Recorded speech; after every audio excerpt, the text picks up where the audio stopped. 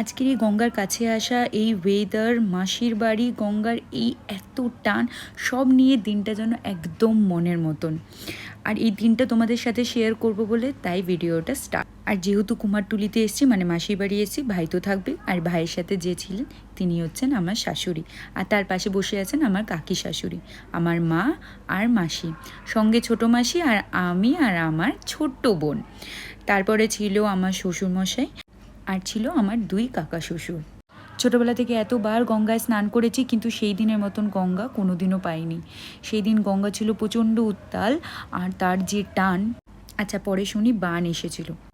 আর ভালো মতনভাবে স্নান করে আমরা ঘরেও ঢুকে যাই।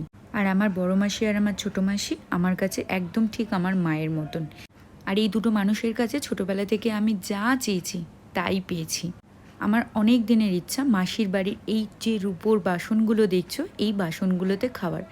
কিন্তু মাসি এই বিশেষ দিনটার জন্য হয়তো অপেক্ষা করে রেখেছিল। আর এই বিশেষ দিনটায় আমার শ্বশুরবাড়ির সকলকে আমার মাসি নিমন্ত্রণ করেছিল। প্রথমে আমার শ্বশুরবাড়ির সবাইকে খেতে দেওয়া হলো, তারপর আমাকে আর দীপকে রূপোর থালা বাসন গ্লাসে খেতে দিয়েছিল।